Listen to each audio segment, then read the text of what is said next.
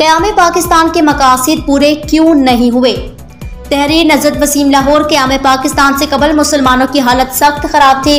गुलामी, जहालत, मुफलसी, बेबसी, बेनवाई, बेहतरामी और बेमकामी ने मुसलमान कौम को पस्ती की गहराइयों में फेंक दिया था। लेकिन इनका इस्तराब और फरियाद हालात को बदलने की कोशिशों के जज्बात सर्द नहीं हुए थे।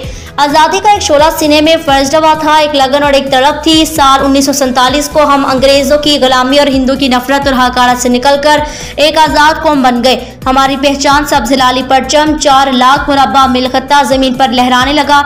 हम वसी जमीन के साथ साथ नहरों, समंदरों, सहरा और बागबानों के मालिक बन गए। पूरी दुनिया की निगाहें हम पर जम गई। हम सब्ज़ लाली परचम के सफीर बनकर दुनिया के कोने कोने में पहुंच गए।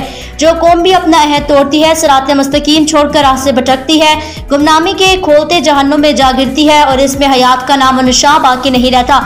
आज हम खुद को अपनी आंखों से मौत के मुंह में जाता देख रहे हैं और ये जानते बूझते कि इसका इलाज क्या है, अल्लाह की तरफ और इसके रसूल की तालीमात की तरफ नहीं पलटते। बदराही, बदअखलाकी, बेहिसी और बदकारी को नहीं छोड़ते, अपने मकसद को नहीं पहचानते, ना ही इसके रसूल की जिद्दोजहद करते।